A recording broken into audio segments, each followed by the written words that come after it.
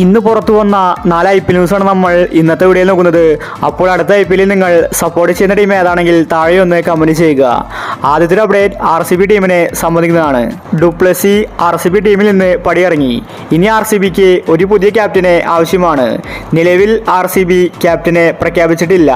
ഇപ്പോഴിതാ ഒരു സർപ്രൈസ് താരം RCB ടീമിന്റെ ക്യാപ്റ്റനാകുമെന്ന റിപ്പോർട്ടാണ് വന്നിരിക്കുന്നത്. അത് മറ്റാരുമല്ല, രജിത് പട്ടിഡാറാണ്. നിലവിൽ സയ്യിദ് മുസ്താഖ് അലിയിൽ മികച്ച കളിയാണ് രജിത് പട്ടിഡാർ കാഴ്ചവെക്കുന്നത്. താരത്തെ RCB അടുത്ത IPL ക്യാപ്റ്റനാക്കിയേക്കുമെന്ന റിപ്പോർട്ടാണ് പുറത്തു വന്നിരിക്കുന്നത്. അടുത്തൊരു അപ്ഡേറ്റ് CSKയുമായി ബന്ധപ്പെട്ടതാണ്. CSK ടീമിന്റെ എല്ലാം ധോണിയാണ്.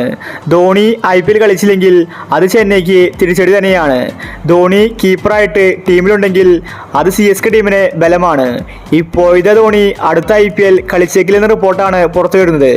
ധോണി CSK ടീമിൽ ഉണ്ടായിരിക്കും, പക്ഷേ പ്ലേയിങ് 11-ൽ ധോണി കളിച്ചേക്കില്ല. ധോണി ഇമ്പാക്റ്റ് പ്ലെയറായിട്ട് മാത്രമേ ടീമിൽ കളിക്കൂ. എല്ലാ മാച്ചിലും കളിക്കില്ലെന്ന റിപ്പോർട്ടാണ് വന്നിരിക്കുന്നത്. ധോണിക്ക് സർജറി കഴിഞ്ഞിരിക്കുകയാണ്. പഴയ ഫിറ്റ്നസ് വീണ്ടെടുക്കാൻ ധോണിക്ക് സാധിച്ചിട്ടില്ല.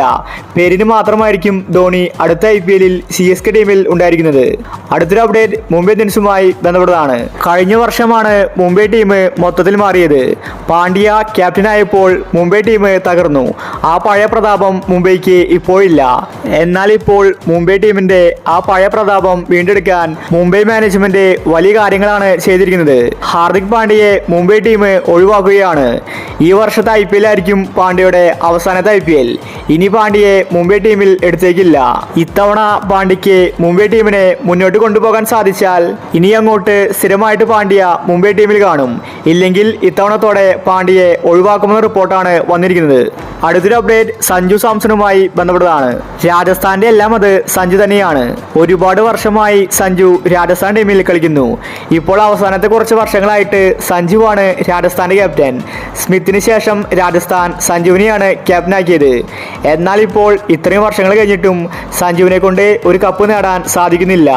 ഫൈനൽ വരെ സഞ്ജു എത്തിച്ചിട്ടുണ്ടായിരുന്നു. ഇപ്പോഴത്തെ സഞ്ജുവിനെ ക്യാപ്റ്റൻസിയിൽ നിന്ന് നീക്കുമെന്ന റിപ്പോർട്ടാണ് വന്നിരിക്കുന്നത്. റിയാൻ പരാഗിനെ രാജസ്ഥാൻ ടീം ക്യാപ്റ്റൻസി ഏൽപ്പിക്കാൻ പോവുകയാണ്. റിയാൻ പരാഗ് മാനേജ്മെന്റിന്റെ ആളാണ്. അവന് ക്യാപ്റ്റൻസി വേണമെന്നാണ് ആവശ്യപ്പെട്ടിരിക്കുന്നത്. സഞ്ജുവിനെ ക്യാപ്റ്റൻസി വിട്ടുകൊടുക്കുന്നതിൽ യാതൊരു പ്രശ്നവുമില്ല. ക്യാപ്റ്റൻസി പ്രഷർ ഇല്ലാതെ സഞ്ജുവിന് കളിക്കാൻ സാധിക്കും. അടുത്ത IPL ഒരു പക്ഷേ റിയാൻ പരാഗ് ആയിരിക്കും രാജസ്ഥാന്റെ ക്യാപ്റ്റൻ. അപ്പോൾ ഇതുപോലത്തെ IPL ന്യൂസിന് വേണ്ടി ഈ ചാനൽ മറക്കാതെ സബ്സ്ക്രൈബ് ചെയ്യൂ.